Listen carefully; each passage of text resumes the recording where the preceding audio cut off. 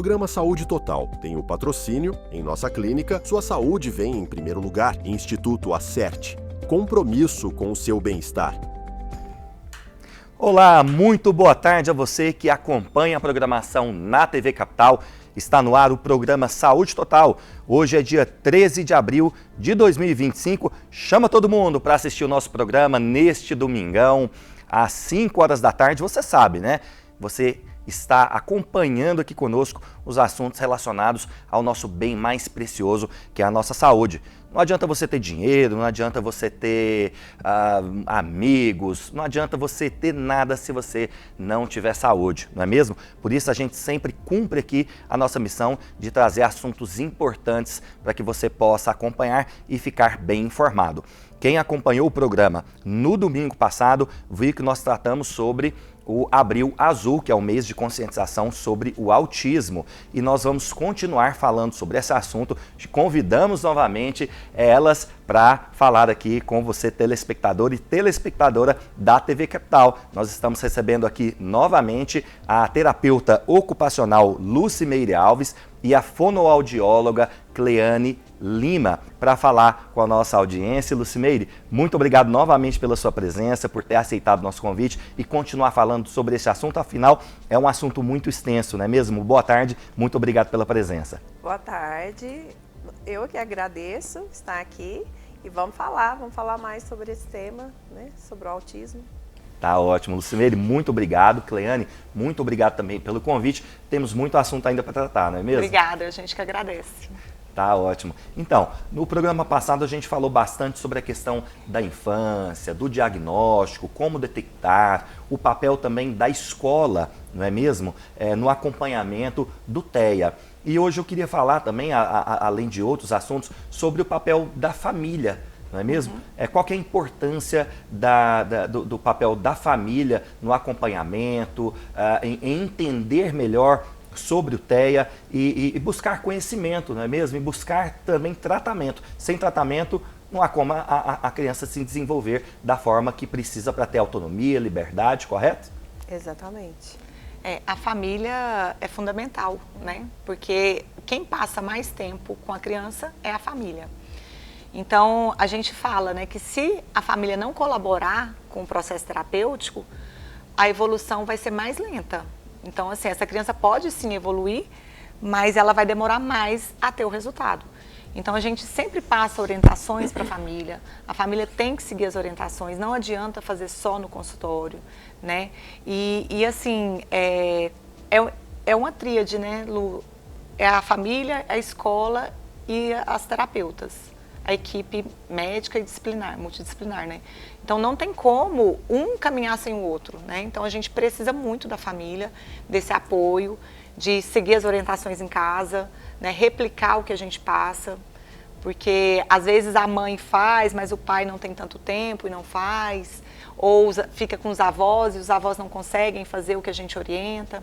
Então, é necessário que todo mundo segue as orientações. No meu caso, assim, a gente, quando tem a questão da comunicação alternativa, tem muitas famílias que usam só nas terapias. E aí a gente não vê resultado, porque a criança não aprende. Porque é treino.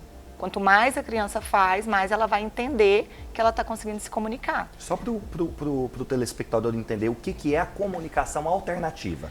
A comunicação alternativa e aumentativa é um recurso que a gente tem para as crianças não verbais ou crianças que falam, mas que não usam essa fala funcionalmente.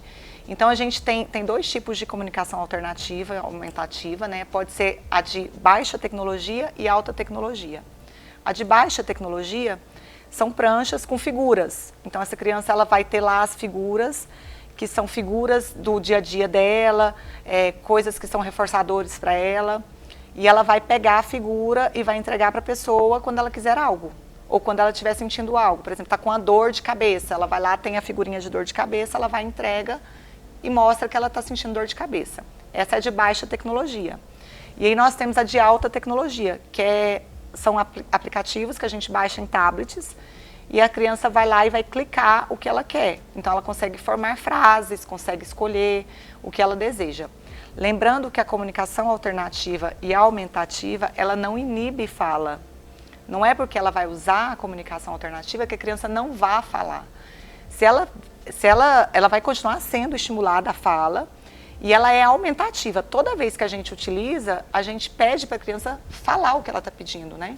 Então, muitas famílias têm um pouco de receio em usar, achando que a criança vai ficar acomodada com aquilo ali, que não vai tentar falar, mas pelo contrário, ela vai ficar mais encorajada porque ela vai ver que ela está conseguindo se comunicar. Então, vai dar uma motivação para ela, né?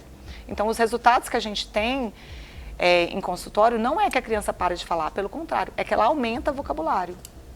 Trazendo agora um pouquinho para o lado da terapia ocupacional, a gente ouve falar muito sobre o método ABA, certo? O que é o ABA, Lucimeire? Como que este método atua no desenvolvimento do TEA? O ABA, na verdade, é uma ciência que estuda o comportamento, né? Então, desde o comportamento de qualquer resposta que a criança vai dar, uma criança que sabe falar, mas só chora, uma criança que se morde, por exemplo, aquele comportamento, aquela função de morder, o que ela está querendo se expressar? É por alguma coisa sensorial, ela está se mordendo porque ela quer sentir uma sensação de dor, o tátil mais profundo, ou ela quer chamar a atenção de alguém, porque quando ela se morde, às vezes ela tentou se comunicar com a mãe ou com o pai de alguma forma, às vezes gritando, às vezes pulando, às vezes tocando, e eles não deram atenção. Aí ela se morde, e o morder é algo que deixa qualquer pessoa desconcertada, né? Eu preciso ir lá abordar. Então ela vai, quando ela aborda a criança para parar a função de morder, ela ganhou atenção. Então a criança usa, às vezes, esse comportamento de morder para chamar atenção, ou pode para ser questão sensorial. Então tem vários contextos ali. E a ABA nos permite fazer esse estudo, né? Às vezes faz o estudo funcional do comportamento e nós vamos saber de que forma agir para lidar com esse comportamento. Como inibir, por exemplo, o comportamento de morder, ou de bater, ou de gritar. E vamos ensinar a pessoa a agir de uma forma mais funcional e assertiva. Por exemplo, a Cleane falou do uso da comunicação alternativa, a pessoa não verbal, né, ou tem às vezes a linguagem, mas não usa de forma funcional, a comunicação alternativa vai ser uma forma assertiva de se comunicar. Ela vai lá, por exemplo, eu quero a atenção do pai porque eu quero passear, ele vai, eu quero passear. Então não precisa chegar ao ponto de se morder para chamar atenção. Então, o ABA nos permite fazer esse estudo e agir de forma assertiva, uma abordagem assertiva, dentro de todos os contextos que a pessoa está. Não é a única abordagem, mas pode ser considerada hoje a mais importante ou não? A mais importante. Não é a única abordagem, né? O terapeuta e a família podem sentar, analisar outros tipos de abordagem e ver qual o melhor para a pessoa. Mas o ABA tem um embasamento científico, né? É uma ciência comprovada que é a que dá mais certo, que é a que traz resultados mais assertivos. E tem muito também, assim, às vezes a família e os próprios profissionais podem ver que às vezes a criança não se adaptou ao ABA, né? Sim. E às vezes outro método, a criança vai se adaptar melhor, né?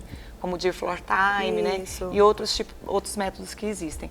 Então, a criança e a família, junto com os profissionais, vão poder conversar e ver se está dando resultado, se não está, se às vezes é hora de mudar, né? Então, é por isso que é tão importante esse diálogo, né? Uhum. Existe ainda muito preconceito com relação ao TEA? O que vocês percebem na sociedade? Eu acredito que, assim, eu percebo que sim, né? Até da própria família. Às vezes eu costumo dizer que a barreira maior é dentro de casa. De não aceitar. De não aceitar, às vezes de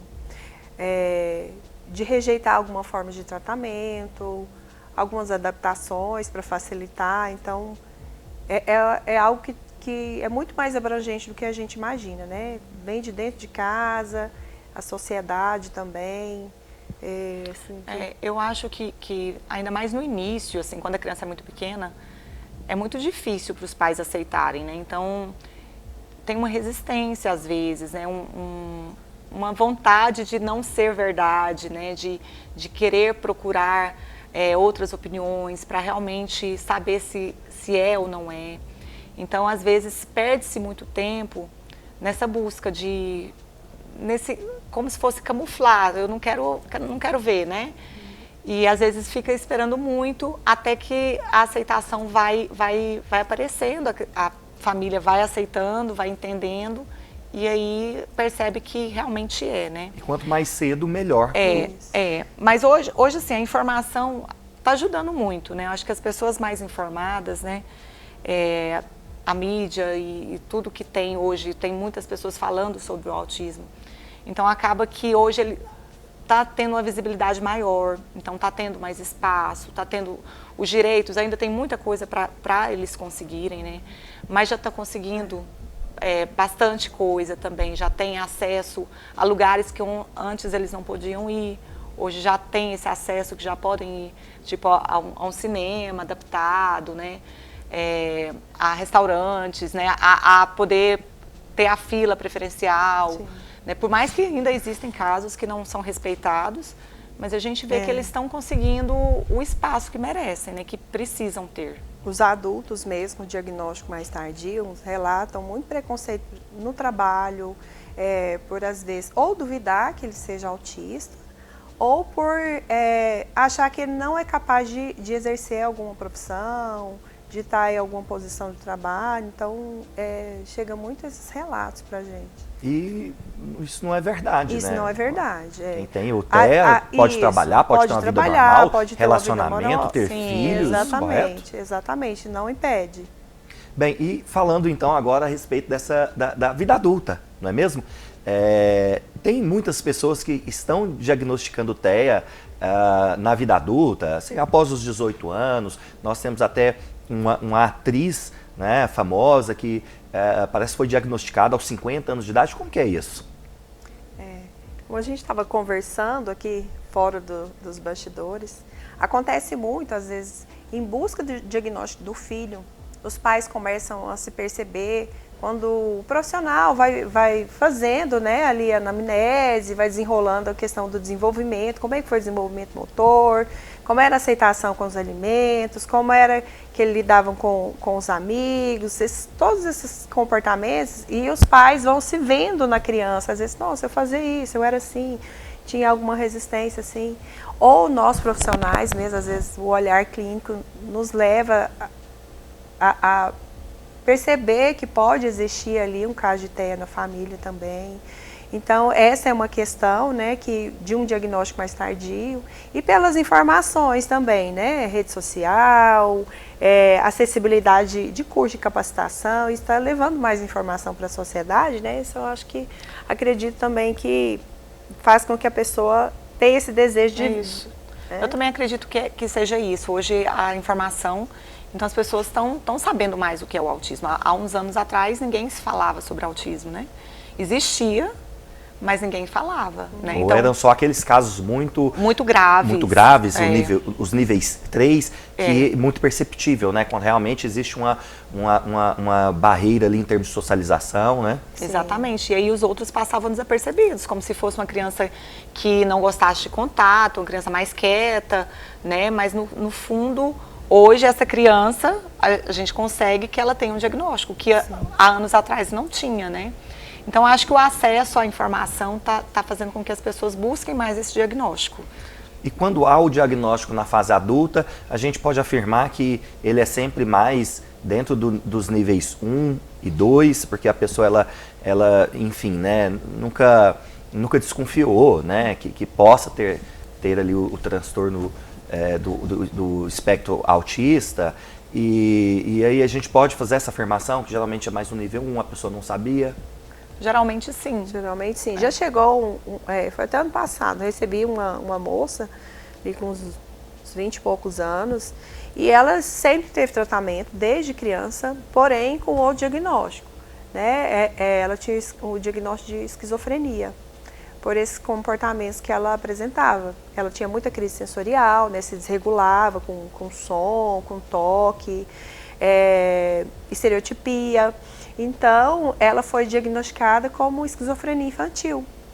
E no início do ano passado, ela recebeu o diagnóstico de autismo. Para ela foi uma libertação. E assim, uma coisa que eu nunca vou esquecer, assim, fiz anamnese com ela, conversando com ela, já tinha aplicado alguns protocolos, alguns questionários, perfil sensorial, que é alguns que a terapia ocupacional costuma fazer. E ela me relatou que ela tinha muita vontade, às vezes, de ir num show. Né? Ela lembrou uma vez que o pai dela levou ela ia um show e ela teve uma crise lá, gritou, se bateu nas pessoas, foi horrível, que ficou marcado nela. E aí eu falei, olha, tem um dispositivo que a gente usa que pode te ajudar, que é o abafador. No momento que ela colocou aquele abafador, assim, foi tocante, eu acho que eu nunca vou esquecer aquilo. Ela colocou o abafador, colocou a mão assim, e ela chorava de soluçar. Aí ela falou pra mim, eu não acredito que eu passei esses anos todos sofrendo e eu podia ter ido, às vezes, no show, podia ter aproveitado mais minha família, podia ter sido inserida, assim. E ela relatou de uma forma, assim, tão clara que são coisas simples que podia ter sido resolvida e passou.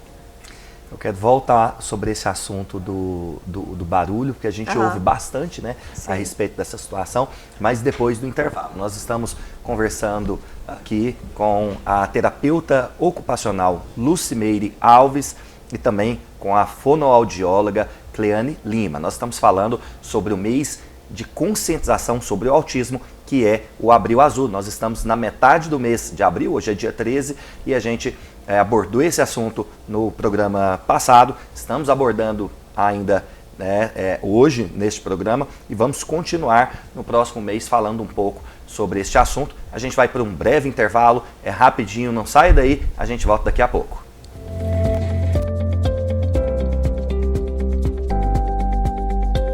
Cuidar da sua saúde é nossa missão.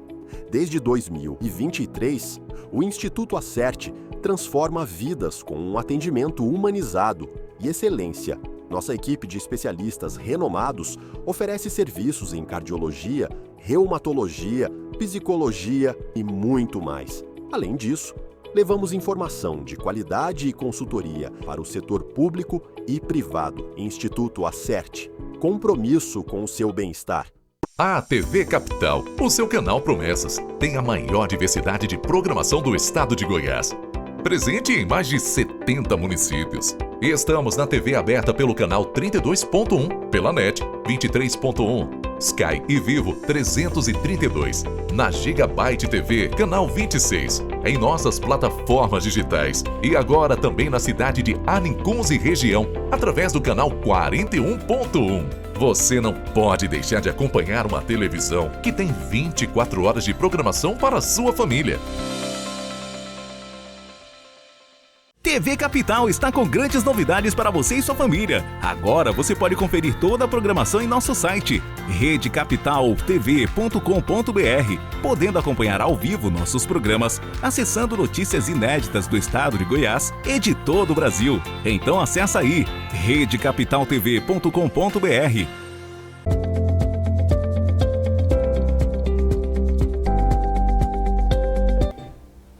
Estamos de volta com o Saúde Total aqui na TV Capital e hoje falando sobre o mês de conscientização sobre o autismo, com duas convidadas aqui excepcionais, a terapeuta ocupacional Lucimeire Alves e também a fonoaudióloga Cleane Lima.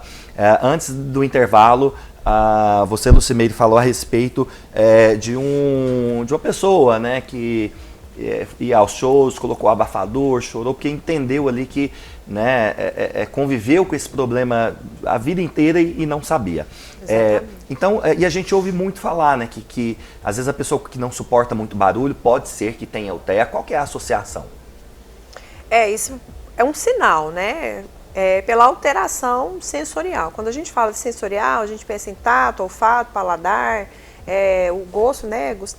A questão gustativa, propriocepção, que é a sensação do próprio corpo, do movimento, e do sistema vestibular, que é o deslocamento e movimento do corpo no espaço. E é muito comum se relatar essa questão auditiva, né, que é uma hipersensibilidade auditiva. Ao mesmo tempo que tem pessoas que podem apresentar hipersensibilidade, que não gosta de barulho, tem outros que têm a característica de hipossensibilidade, que busca barulho. Às vezes está sempre batucando, gritando, às vezes para ouvir o som. Então tem essa variação dentro do espectro, né? Tem esses extremos. E é um sinal, como a Cleane falou no programa passado, a questão da fala, da linguagem, o atraso pode ser um sinal de alerta, mas nem só isso vai ser fechado o diagnóstico, não tá? Tem uma hipersensibilidade auditiva, estereotipia, ali uma disfunção da linguagem, então já vai se somando, é interessante buscar ajuda médica e terapêutica. Sim. A gente percebe muito assim, quando a gente vai fazer a avaliação, né, um brincar muito disfuncional dessa criança. Então é uma criança que não sabe brincar. Geralmente são crianças que pegam o brinquedo e jogam o brinquedo, né, que às vezes só roda lá a rodinha do carrinho, ou enfileira os brinquedos. Então ela tem dificuldade em fazer uma brincadeira, em fazer o faz de conta, né? Que é natural para as crianças brincarem de faz de conta. Faz de conta que o carrinho passou aqui, vamos estacionar o carro. Então elas têm essa dificuldade, né? Também. Repertório bem limitado, né? A gente ainda tem mais 9 minutinhos de programa. E eu queria saber o seguinte, ainda existem muitos mitos a respeito do transtorno do espectro autista? Sim.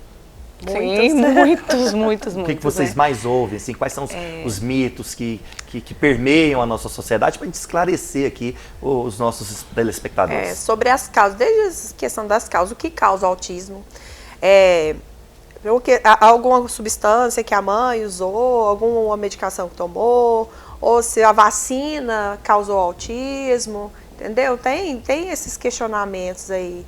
Mas né, o autismo não é doença, como a gente falou, não é uma síndrome, né? Não tem alteração genética, e sim é um transtorno de desenvolvimento. Não é causado por vacina, por vacinar ou falta de vacina. Pandemia, que se falou muito também. Excesso de telas não causa o autismo. O excesso de telas pode piorar os sinais, né? Pode piorar a condição de comportamento visual, sensorial. Mas não causa autismo. Mais algum que você... Tem muito a questão de filhos, né? Sim. Tem uma probabilidade maior quando a família quando tem um filho autista, de ter o segundo também. Mas isso não é regra. A gente tem casos no consultório de famílias com 2 filhos que o mais velho é autista e o segundo não é. E relação genética, eu sei que sai um pouquinho aqui das especialidades, né? Mas tem a relação genética, às vezes, do pai, da mãe? Tem, né? Os estudos apontam que tem um fator genético existe, principalmente dos homens, né? A maioria dos autistas são homens, e é por isso que a maioria vem dos pais. Então, quando a criança chega no consultório, eu já gosto de conversar, saber como que é o pai, o avô, para ver se tem uma relação. Mas o autismo ainda é muito amplo, né? Então ainda estão sendo... É muito estudado ainda, tem muitos artigos que trazem algumas possibilidades que podem... a pessoa pode vir a ter um diagnóstico de autismo, o que acarreta. Então, a ciência ainda está de olho assim, nessas questões. Né? A gente pode falar que ainda tem muito o que se descobrir ainda. Tem muito o que se descobrir. Se a gente for fazer uma comparação de 15, 20 anos atrás até hoje, assim, é uma variação imensa, né? Muitos achados, assim, tanto no diagnóstico como no tratamento, e eu acredito que ainda tem muito que aprender, né? Para a sociedade, para os profissionais, para a pessoa. E eu espero que a gente vá só avançando também, né, nesse sentido. Até nesses casos, né, que a gente falou sobre o diagnóstico na fase adulta. Então, quando a pessoa recebe esse diagnóstico na fase adulta, ela às vezes toma um susto, né? Eu falo assim, e agora? Muda alguma coisa para a pessoa? Ou é só uma questão de autoconhecimento mesmo? Eu acho que quando ela já está descobrindo ali na fase adulta, ela já acostumou, né? Ali com aquela... Com os comportamentos que ela tem, às vezes, de não gostar tanto da questão social, em alguns casos, né? Então, acaba que a vida dela foi levando para esse tipo de situações já, né? Então, acho que é mais a questão mesmo de saber, né? Porque ela já está acostumada, já está adaptada no trabalho, na sua profissão, com casamento, né? Já está levando a vida. E a pessoa, tem alguns relatos que falam assim, agora eu não me culpo mais pela forma que eu agi, assim, então a pessoa acaba se conhecendo, entendendo mais o porquê de tais comportamentos. E a questão de tratamento para o adulto vai muito do que ela deseja. Eu me comporto assim, mas eu tenho desejo de me socializar, ou de aprender como lidar em cada situação. E a ciência ABA é uma abordagem que auxilia muito nesse processo, né? Então, questões sensoriais também, às vezes o adulto tem muita dificuldade de lidar, às vezes quer ir a um restaurante, mas tem um desconforto pelo cheiro, né? Então, pode ter algum benefício também com a terapia, né? A questão dos sons. Então, vai muito de cada um. Já outros falar, tá tudo bem, né? E existe remédio para tratar? Só as comorbidades mesmo, assim, às vezes a pessoa tem distúrbio de sono, então precisa de um auxílio da medicação, às vezes tem a questão da depressiva, hiperatividade, acompanha de depressão, né, porque acaba desenvolvendo uma questão emocional ali, pelo isolamento social ou pelos julgamentos, isso vai de cada pessoa. E tem outros que não tá nem aí, falar, eu sou assim, tá tudo bem, isso me justifica um pouco, e já vi gente comemorar até com o diagnóstico. Porque passa a se entender, né? Passa a se conhecer. Sim, Então é por isso que eu tinha esse tipo de atitude, esse tipo de pensamento. Exatamente. Né? Por isso que eu agia dessa forma. Que Eu interessante. não entendia certas piadas, né? Que legal. Lucimeire, qual que é a mensagem final que você deixa para as pessoas que estão nos assistindo aqui no programa Saúde Total?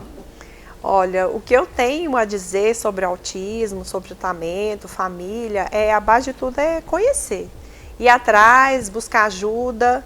Tem muitas pessoas dispostas a ajudar, tanto no campo profissional. Às vezes a mãe acabou de receber um diagnóstico, busca ajuda com outra mãe, né? Busca conversar com outras mães, busca um tratamento mais embasado na ciência, né? Cuidado com promessas de cura e com fé e com força de vontade, perseverança, a tendência é se encaixar e levar uma vida mais feliz, confortável. Cleani, a sua mensagem final para quem nos assiste. Eu acho que é isso que a Lu falou, né? Ter essa questão da aceitação e de entender que aquilo ali não é um ponto final, não quer dizer que aquilo ali vai ser uma dificuldade. Lógico, tem as dificuldades, mas também tem luz no fim do túnel, né? Essa criança tem condições de melhorar, de se adaptar, essa família ser acolhida, né? E entender que cada caso precisa de dedicação e de companheirismo de todos, né? Eu acho que é isso. E o que a gente puder ajudar, a gente está sempre disposta a ajudar. Que bom. Por falar nisso, ambas são sócias e fundadoras da Sou Mais. Então, vamos aproveitar esse finalzinho de tempo.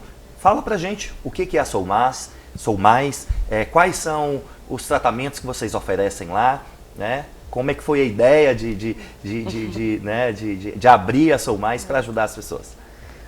Bom, a Sou Mais é uma clínica, né? Espaço terapêutico, onde nós temos uma equipe multidisciplinar completa, né? Nós temos um médico, pediatra, fonoaudiologia, psicologia, terapia ocupacional, psicomotricidade, fisioterapia, nutrição. Musicoterapia. Musicoterapia. Psicopedagoga. A psicopedagoga. Então, assim, a nossa equipe está bem estruturada, né? E a Sou Mais nasceu de um sonho, né? Das três, nós trabalhamos junto em outros lugares e surgiu aquele sonho, assim, foi dando tudo certo, encaminhando para Sou Mais nascer. E o nosso propósito é ajudar, né, as famílias. Então a gente quer acolher eles e ajudá-los da melhor forma possível.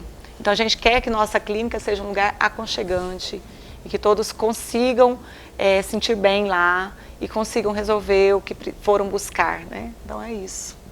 Gente, eu agradeço muito pela participação de vocês nessas 2 semanas aqui em que estivemos falando aqui sobre o Abril Azul. Muito obrigado. Espero que vocês voltem mais vezes aqui no nosso programa, bem como também outras profissionais, né, sócias da Sou Mais, para a gente estar discutindo esses e outros assuntos aqui. Muito obrigado a vocês duas. A gente agradece pelo convite, né? Muito obrigada. Muito obrigado. Bem, você que nos acompanhou até o momento percebeu, né, que nessas últimas 2 semanas sentiram falta do Dr. Wesley Medeiros. Mas não fiquem com saudade não. Na próxima semana ele está de volta aqui no Saúde Total para a gente falar mais sobre vários assuntos aqui a respeito de saúde. A gente está indo embora, mas você pode nos acompanhar também pelo Instagram. Lá no Instagram, @Saúde Total TV, você fica por dentro de todos esses assuntos, você já fica também sabendo de forma antecipada, a gente sempre publica lá qual que será o tema e o convidado ou a convidada do próximo programa, no domingo. E se você quiser assistir a todas as últimas edições do Saúde Total, nós já estamos aqui na nossa 10ª edição, você pode nos procurar também o nosso canal no YouTube, Saúde Total TV, e assistir ali a todas as edições passadas. Muito obrigado a vocês pela audiência, agradecer novamente aqui às nossas 2 convidadas por estar conosco nessas últimas 2 semanas e desejo para vocês um ótimo restinho de domingo, fiquem com Deus, tenham uma semana abençoada e não esqueçam, nós temos o programa no domingo às 5 horas e também o reprise na quarta-feira às 22 horas. Eu espero você no próximo programa, fiquem com Deus e até a próxima.